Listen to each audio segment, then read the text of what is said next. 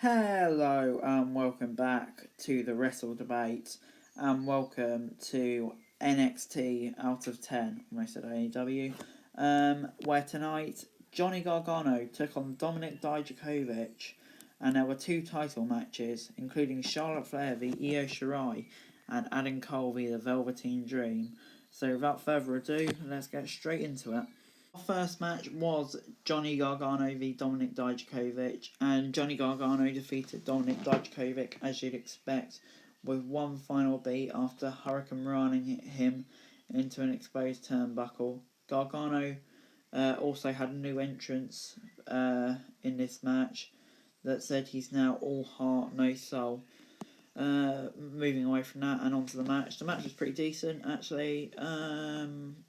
Yeah, I enjoyed it. Good start to NXT. I'm going to give it a 7 out of 10. We got another match in the NXT Interim Cruiserweight Tournament thingy-jiggy, with Akira Tozawa defeating Jack Gallagher, pinning him after hitting a senton from the top turnbuckle. Alright match this. Gallagher's actually 0-2, so he's lost 2 matches out of 2 in this, which I'm quite surprised about, because I thought he'd do fairly well. Maybe not win it, but do fairly well. But it looks like he's going out. Tozawa, picks up another win. Good for him. I like Tozawa, even though he does get embarrassed most weeks on Raw. But this was pretty decent, yeah.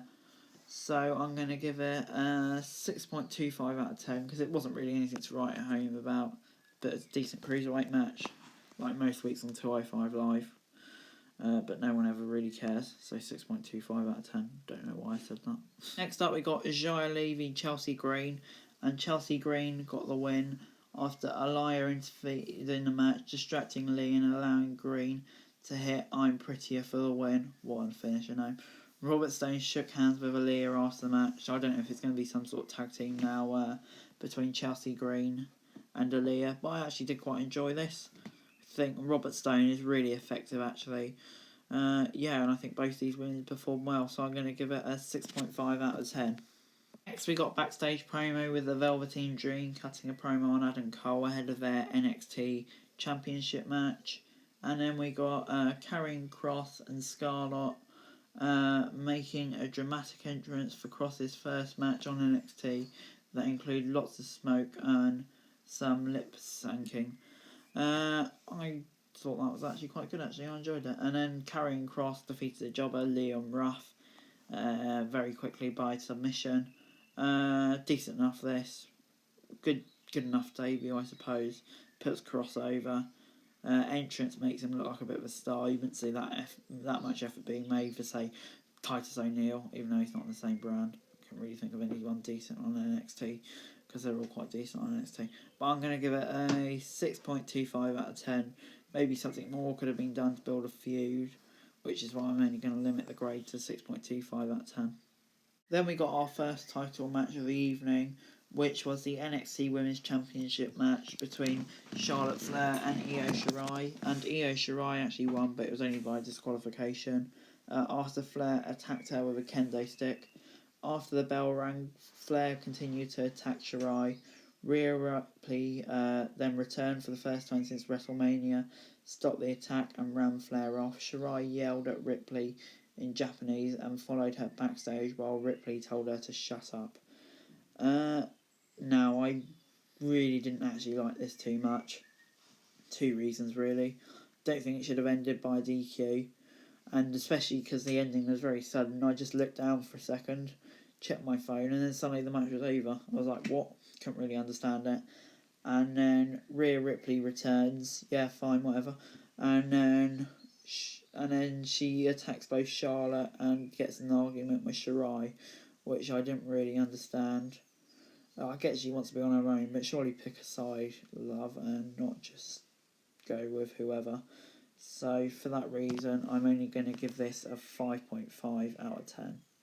Next up, we got our interim NXT Cruiserweight Tournament match. Again, with Kushida defeating Jake Atlas by submission with an armbar. I mean, it was alright. Who really cares about this tournament anymore? And they're using Drake Maverick to gain interest. I mean, it just really doesn't make sense. But it was alright, I suppose. 6.25 out of 10. yeah, I don't really care about this. Next up, we got a promo from Finn Balor, who returned, and he said whoever attacks him won't get the push they're expecting, but will instead get squashed. Smart. And then Matt Riddle and Timothy Thatcher v Imperium for tag titles were announced next week. And then we got poor older Cameron Grimes v Denzel Dejournette, and poor old Denzel lost again. I'm rooting for Denzel now, whoever he's going to be. It's going to get 10 out of 10. Cameron Grimes won with a cave-in. But after the match, this is the main bit, Grimes cut a promo about how he deserves more than what he has in NXT and called out Finn Balor. Balor entered the ring behind Grimes while he was still speaking. Grimes tried to back out of the situation, but Balor attacked him with a double foot stomp and a sling blade. Balor cut another promo about how he'll find and get revenge on the attacker. And Finn Balor v Cameron Grimes was announced for next week. Yeah, I quite enjoyed this actually. Good way to promote Cameron Grimes. Looking forward to the match next week. Should be pretty decent. Two great wrestlers. So I'm going to give it a 6.5 out of 10. And then it was main event time. Adam Cole v Velveteen Dream for the NXT Championship. Bobby Fish and Roderick Strong tried to get involved in the match and Dexter Lumis attacked them. However, Lumis didn't stop Strong from incapacitating the ref. Dream got a visual pinfall with the Purple Rainmaker, but Cole got the definitive pinfall with the ref after hitting the last shot. I actually thought this was very good, to be honest. I'm going to give it a 7.5 out of 10, I think. Yeah. The heartache of Velveteen Dream falling, especially after Dexter Lumis was the one who inadvertently took out the ref. And it definitely builds to a further match, and I'll be interested to see what happens with Dream and Lumis. This was very good. NXT back to its best. 7.5 out of 10. Overall, NXT this week is going to get a 6.5 out of 10. I mean, it was alright, but it wasn't really what it built up to be. The two championship matches, Dream Cole one was very good. Flair Shirai was quite poor. The rest was alright. But I mean, it's just, some segments are very good and some are just Raw SmackDown levels. I don't want to be harsh, but NXT really isn't what it used to be. It's gone far too much into the Raw and SmackDown mould. And AEW is what NXT used to be, which is why AEW is streaking ahead.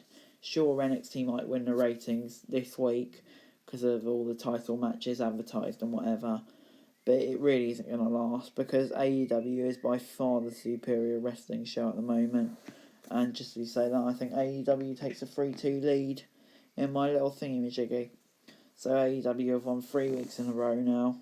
Yeah, I just think NXT need a rethink because their show's gone right downhill. But anyway, guys, that is it. Thanks very much for watching. Like, share, subscribe. Leave a comment, let me know what you thought. Twitter in the description below for daily wrestling news, and my other channels are on the screen now. Thanks for watching. Bye.